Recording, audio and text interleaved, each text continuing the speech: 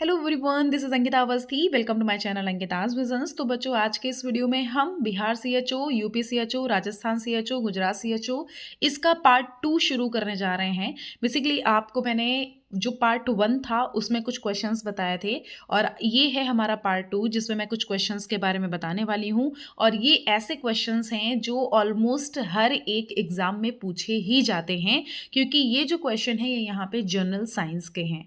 तो चाहे वो किसी भी कंपटीशन के एग्जाम की बात कर लो, सीएचओ ही कोई ज़रूरी नहीं है, किसी भी नर्स या मेडिकल से रिलेटेड हो या फिर वो कोई कंपटीशन लेवल का एग्जाम हो, ये ऑलमोस्ट जो हमारे क्वेश्चंस हैं ये सारे क्वेश्चंस हमारे कंपटीशन के किसी भी एग्जाम में पूछे जा सकते हैं। तो हमें बेसिक साइंस आनी भी चाहिए। सो बेसिकली ये सारे वही क्वेश्चंस हैं, ये ऑलमोस्ट आपके हर एक एग्जाम्स के लिए काफ़ी हेल्पफुल हो सकते हैं। तो अगर आप किसी भी एग्जाम की प्रिपरेशन कर रहे हो, मोस्ट बेसिकली अगर सीएचओ या एएनएम या जेएनएम की अगर प्रिपरेशन कर रहे हो तो उसके लिए यहाँ पे ये बहुत ही बेस्ट है। अदरवाइज आपको अगर कोई भी कंपटीशन के लिए प्रिपरेशन करनी है तो एक बार इनको रीड जरूर से कर लेना चाहिए। ओके, तो चलिए हम शुरू करते हैं। फटाफट से हम यहाँ पे पढ़ेंगे क्योंकि हमें आज क्वेश्चंस जो हैं ऑलमोस्ट मैं बहुत सारे क्वेश्चंस कवर करना चाह रही हूँ। बेसिकली ये पीडीएफ मेरे पास है और मैं चाह रही हूँ कि इस पूरी पीडीएफ को अच्छे से क्लियर कर लूँ। इसमें आप देख सकते हो कि 462 यहाँ पे, जस्ट अ सेकेंड, हाँ ये देखिए 462 पेजेस हैं। तो मैं चाह रही हूँ ना कि आपके सारे के सारे पेजेस में जल्दी ख़त्म करा दूँ और सिर्फ अगर आपने इतना पढ़ लिया ना, आपको कहीं और से कुछ भी करने की ज़रूरत नहीं पड़ेगी। बहुत इंपॉर्टेंट इसमें क्वेश्चंस लिखे हुए हैं। ओके, चलिए हम स्टार्ट करते हैं। इसमें लिखा हुआ है कि मायोकार्डियल इन्फ्रैक्शन क्या है। Myocardial infarction is tissue that because of interpreted blood supply. आपको यहाँ पे इन केस किसी भी क्वेश्चन को लेके कोई भी कंफ्यूजन होती है तो आप यहीं पे कमेंट बॉक्स में कमेंट कर दीजिएगा।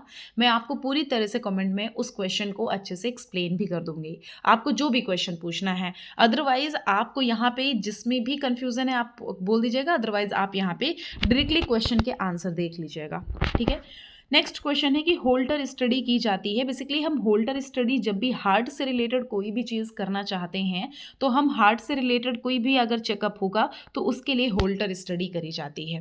समझ में आया? र्यूमेटिक फीवर क्या होता है? बेसिकली र्यूमेटिक फीवर जो है वो बैक्टीरिया इन्फेक्शन की वजह से होता है।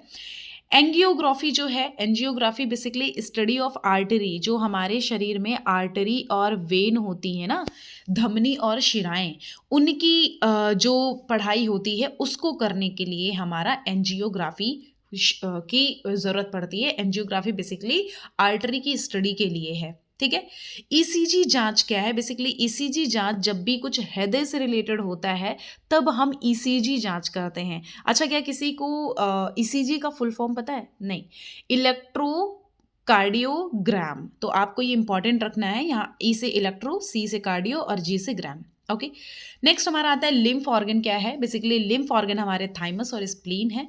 लिम्फ की फैटी एब्जॉर्प्शन के बाद मिल्की एब, देखो यहाँ पे इन केस आपको कोई भी ऐसा वर्ड है जो नहीं समझ आ रहा है उसके लिए भी आप बेझिझक क्वेश्चन में कमेंट बॉक्स से कमेंट कर दीजिएगा।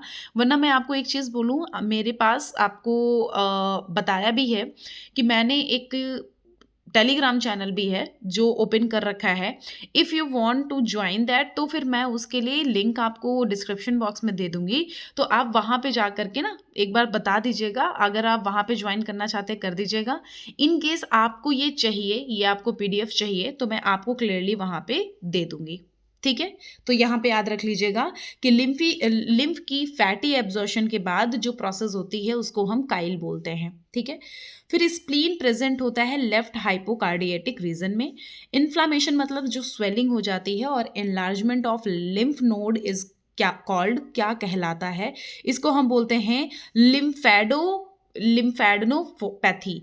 बेसिकली यहाँ पे ये जो प्रोसेस है ये हमारा जब भी इनकेस लिम्फ नोड में एनराइजमेंट या फिर कोई भी स्वेलिंग आ जाती है या फिर कोई इन्फ्लामेशन होता है तब ये प्रोसेस होती है। सबसे बड़ा लिम्फ ऑर्गन कौन सा है? ये स्प्लीन है।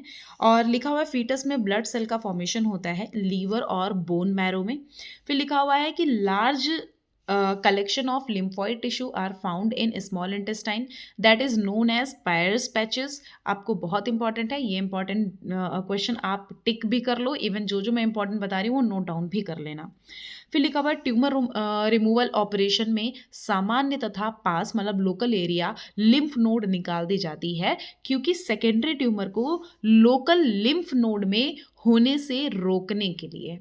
ओके पूरे शरीर में दर्द रहित लिम्फ नोड का बढ़ जाना क्या कहलाता है? इसको हम बोलते हैं हॉकिंग डिजीज। बेसिकली हम आपको ये चीज़ इसलिए तुरंत मतलब मैं अगर चाहूँ तो एक एक क्वेश्चन को समझा सकती हूँ, लेकिन मुझे जो है मैं चाहती हूँ कि आपको इन केस ऐसा कुछ है कि किसी भी क्वेश्चन में कंफ्यूजन है आप कमेंट में बताइएगा, अदरवाइज मैं चाहती हूँ फटाफट से आप क्वेश्चन के आंसर समझ लो, क्योंकि ये क्वेश्चंस बहुत इंपॉर्टेंट है।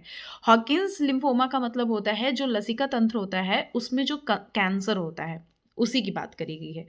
तंत्रिका तंत्र की इकाई क्या है? न्यूरॉन है। तंत्रिका तंत्र में विशेष प्रकार का संयोजी मतलब कनेक्टिव टिश्यू क्या है बेसिकली कहाँ पाया जाता है? न्यूरोग्लिया में। फिर न्यूरॉन को ऊर्जा प्राप्त होती है ग्लूकोज से, तो न्यूरॉन को ग्लूकोज से ऊर्जा प्राप्त होती है, ये इंपॉर्टेंट है याद रखिएगा। तंत्रिका तंत्र में ग्रे मैटर बना है सेल बॉडी का, तंत्रिका तंत्र में ग्रे मैटर सेल बॉडी का बना है, और तंत्रिका तंत्र में वाइट मैटर जो है वो एक्सॉन डेंड्राइटिड्स का बना होता है। दोनों स्टिमुलेशन के बीच का वह न्यूनतम समय जिससे इम्पल्स नहीं भेजी जा सकती है वह पीरियड क्या कहलाता है? Refractory period. इंपॉर्टेंट है। सामान्यतः कोशिका मतलब रेस्टिंग स्टेज में सोडियम और पोटेशियम का स्थान होता है। सोडियम और पोटेशियम का स्थान sodium positive extracellular fluid और potassium positive intracellular fluid important है याद रखना। एनॉक्स के अंत में एक स्मॉल स्वेलिंग नोब होती है, उसको हम बोलते हैं साइनेप्टिक नॉब, बहुत इंपॉर्टेंट। फिर लिखा हुआ ड्यूरेमेटर और आर्कनॉइड मैटर के बीच का गैप क्या कहलाता है? सब ड्यूरल स्पेस, इंपॉर्टेंट। फिर बोला गया है कि एनेस्थेसिया बेसिकली जो एनेस्थेटिक्स होते हैं, एनालिजिस्ट और जो ये डायग्नोस्टिक डाइज होती हैं ये कब दी जाती हैं? ये दी जाती हैं एपिड्यूरल स्पेस में। लिखा हुआ है मीन मतलब कि परत में फिल्म टर्मिनेल बनती है पाई मैटर पे। फिर लिखा हुआ है कि मस्तिष्क में वर्टिकल्स की संख्या कितनी है? 4 है, इंपॉर्टेंट है याद रखिएगा, बहुत इंपॉर्टेंट है। तो जो मस्तिष्क में वर्टिकल्स हैं ये 4 होते हैं, ठीक है। फिर लिखा हुआ है कि दोनों लेटरल वेंट्रिकल्स के बीच में एक थिन मेम्ब्रेन कहलाती है सेप्टम ल्यूसिडम। फिर दोनों लेटरल वेंट्रिकल्स थर्ड वेंट्रिकल के किसके द्वारा कम्युनिकेट करते हैं? सेप्टिकम ल्यूसिडम, इंपॉर्टेंट है, सेप्टम या सेप्टिकम ल्यूसिडम। फिर लिखा है फोर्थ वेंट्रिकल्स थर्ड वेंट्रिकल से जुड़ा होता है सेरिब्रल एडिडक्ट के द्वारा एडक्ट के द्वारा। फिर नॉर्मल सीएसएफ का प्रेशर कितना होता है इन लाइन पोजीशन अगर लेटा हुआ है इंसान तो 100 mm H2O। फिर सीएसएफ का नॉर्मल अमाउंट जो होता है उसको की अमाउंट जो कि प्रति मिनट सिक्रीट होता है 0.5 ml। जो सीएसएफ है बेसिकली उसका जो सिक्रीशन है वो 5 ml सिक्रेशन होता है नॉर्मल अमाउंट प्रति मिनट में, तो ये इंपॉर्टेंट है, थोड़ा सा इसको भी याद रखिएगा। फिर नेक्स्ट हमारा आता है सीएसएफ का बॉडी में कांस्टेंट वॉल्यूम जो है वो 120 ml है और स्पेसिफिक ग्रेविटी जो है 1.005 है। और मस्तिष्क का सबसे बड़ा भाग हमारा सेरिब्रम होता है और सेरिब्रल हेमिस्फीयर जो होता है वो एक दूसरे से एक वाइट मैटर मास से जुड़ा होता है, उसको हम बोलते हैं फॉर्मैम एनर्जी मैग्नम को संतुलित रखना। फिर लिखा हुआ है हाइपोथैलेमस का कार्य क्या है? बॉडी का टेम्परेचर वो करने के लिए। फिर लिखा हुआ है पॉन्स जो होता है ये मस्तिष्क में स्थित होता है मिड ब्रेन के नीचे और मेडुला ऑब्लोंगेटा के ऊपर, मिड ब्रेन के नीचे और सेरिब्रम के आगे, सेरिबेलम के आगे। सेरिब्रम तो इसका सबसे बड़ा भाग होगा है। मस्तिष्क का वह भाग जो कि पोस्चर और बैलेंस के लिए जिम्मेदार होता है, इसको हम बोलते हैं सेरिबेलम। क्रेनियल नर्व की संख्या कितनी होती है? 12 पेयर, याद रखिएगा, बहुत इंपॉर्टेंट है। स्पाइनल नर्व होती हैं 31 पेयर में, मतलब 31 पेयर में। अंगों से मस्तिष्क को पहुंचाने वाली नर्व अफरेंट, एक होता है ईफरेंट और एक होता है अफरेंट। तो ये अफरेंट नर्व जो है ये जो हमारे बॉडी पार्ट्स हैं, बॉडी पार्ट से मस्तिष्क मतलब ब्रेन को मैसेज पहुंचाती हैं और ईफरेंट जो है वो ब्रेन से लेकर के हमारे पूरी बॉडी पार्ट तक मैसेज पहुंचाती हैं। स्पाइनल कॉर्ड की लंबाई 45 सेंटीमीटर होता है और वॉलेंट्री मसल स्केलेटल मसल होता है। घ्राण तंत्रिका फर्स्ट, मिश्रित तंत्रिका जो है उस देखो यहाँ पे आपको एक बार थोड़ा सा प्लेस याद रखना बहुत ज़रूरी है। अगर आप एक बार प्लेस याद रखोगे ना तो कहीं ना कहीं थोड़ा सा आइडिया आपको ना ये सारी जो ये नर्व्स हैं उनके बारे में लग जाएगा, बस इसलिए बता रही हूँ, ठीक है। तो जो जो ये घ्राण तंत्रिका है ये फर्स्ट है, जो मिश्रित तंत्रिका है ये बेसिकली हमारा 7th है, ये याद रखिएगा, बहुत इंपॉर्टेंट है। ऑप्टिक नर्व हमारी 2nd है और ऑडिटरी नर्व हमारी 8th है, ठीक है। और वेगस नर्व हमारी मैक्स टाइप है। Which nerve stimulate prepare to fight and flight in human? Sympathetic nerve. फिर लिखा हुआ है during sympathetic nerve stimulation which hormone release by adrenal gland. यहाँ पे याद रखिएगा एपिनेफ्रिन। स्मूथ मसल क्या है? इनवॉलेंट्री मसल है, जो मसल कभी थकती नहीं है। कार्डियक मतलब हार्ट में जो पाई जाती है। न्यूरॉन में जो पाई जाती है उसको हम श्वान सेल कहते हैं। नोड ऑफ रैनवियर उसको हम ब्रेन सेल बोलते हैं, मतलब ब्रेन सेल में पाई जाती है। न्यूरॉन में be damaged by hypoxia, poison और एजिंग के द्वारा। न्यूरॉन सामान्यतया रेस्टिंग स्टेज होता है डीपोलराइजेशन स्टेज टाइम पे। फिर लिखा हुआ टू रिड्यूस इंट्राक्रैनियल प्रेशर, तो ये हम बोलते हैं mannitol. Rapid uncoordinated jerking movement of the limbs and involuntary expression of facial muscle are present in. यहाँ पे ये बहुत इंपॉर्टेंट है। हंटिंगटन जो डिजीज़ है इसके बारे में अगर इन केस नहीं सुना है, एक बार इसको आप डाउनलोड करके देख लेना। अदरवाइज मैं ज़रूर से आपको चाहूँगी कि एक बार इसको ज़रूर पढ़ लेना, बहुत इंपॉर्टेंट है। बेसिकली इसमें जो ये इनहेरिटेड कंडीशन है इसमें नर्व सेल जो होती हैं वो बहुत मतलब ब्रेकडाउन होने लग जाती हैं ब्रेन की, मतलब छोटे छोटे पार्ट्स में बेसिकली धीरे धीरे मतलब टाइम टू टाइम में ब्रेक डाउन होने लग जाती है। इसको हम बोलते हैं हंटिंगटन्स। फिर हम बोलते हैं पायो मेनिंगिटिस। ओके, ये बैक्टीरियल मेनिंगिटिस है जो ये हमारा है, ये बेसिकली बैक्टीरियल डिजीज़ है। हाइपर सेंसिटिविटी टू टच क्या कहलाता है? इसको हम बोलते हैं हाइपर एस्थेसिस, इंपॉर्टेंट। फिर हम बात करेंगे paralysis of facial muscle on affected side, क्या कहलाता है? Bell's palsy.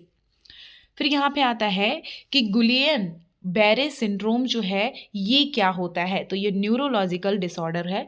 टिश्यू में 100% रिकवरी संभव है डायरिया से। ऑडिटरी कैनाल या फिर एक्सटर्नल एकॉस्टिक मैचुरल किस आकृति की होती है? पियर शेप की। और हम बोलेंगे ऑरिकल पिन्ना किस कार्टिलेज का बना होता है? फाइब्रो इलास्टिक कार्टिलेज का। और कान में पाए जाने वाली यहाँ पे जो ग्लैंड होती है उसको हम बोलते हैं स्वेट ग्लैंड। बहुत ही इम्पॉर्टेंट है ये ग्लैंड, आपको में भी हो सकता है कि एग्जाम में एक बार रखी हुई मिले, ठीक है। बहुत इंपॉर्टेंट है, याद रखिएगा, ठीक है। नेक्स्ट हमारा है यहाँ पे, देखो यहाँ पे हम कुछ ऐसे यहाँ क्वेश्चंस हैं जिसके बारे में एक्सप्लेन करना है। हम सोच रहे हैं कि फ़िलहाल अभी हमारे कुछ जो ये छोटे छोटे वीडियोस हैं, इन छोटे छोटे वीडियोस से आपका सिलेबस कंप्लीट करें, ये सारे क्वेश्चंस कंप्लीट करें। आज फ़िलहाल हमने इतने क्वेश्चंस करे हैं, अब हम नेक्स्ट छोटे से वीडियो में और भी हम क्वेश्चंस को कवर करेंगे। तो ये क्वेश्चंस आप सभी के लिए बहुत इंपॉर्टेंट है। इन केस कोई कन्फ्यूज़न, कोई भी समस्या होती है, आप हमारे कॉमेंट बॉक्स में कॉमेंट कर दीजिएगा। चैनल को सब्सक्राइब करिएगा क्योंकि हम इसी तरह से बहुत सारे, अभी तो थोड़ा सा ये अभी स्टार्टिंग है तो इसलिए मैं उतना बोलते हैं ना कि उतना प्रिपेयर होके और उतना मैंने क्लियरेंस नहीं, सिर्फ डायरेक्टली मैंने पीडीएफ देखी और तुरंत के तुरंत मैंने एक्सप्लेन किया है। तो मैं ज़रूर से इम्प्रूव करूँगी चीज़ों को और धीरे धीरे मैं बस थोड़ा सा मॉडिफिकेशन की ज़रूरत है और मॉडिफिकेशन के लिए बस थोड़ा सा टाइम होने की ज़रूरत है। तो अभी मुझे बताना था आप लोगों को क्योंकि बहुत सीएचओ का एग्ज़ाम आने वाला है, इस वजह से जो क्वेश्चंस इंपॉर्टेंट थे मैंने सोचा वो क्वेश्चंस की पीडीएफ बना के आपको दे दूँ।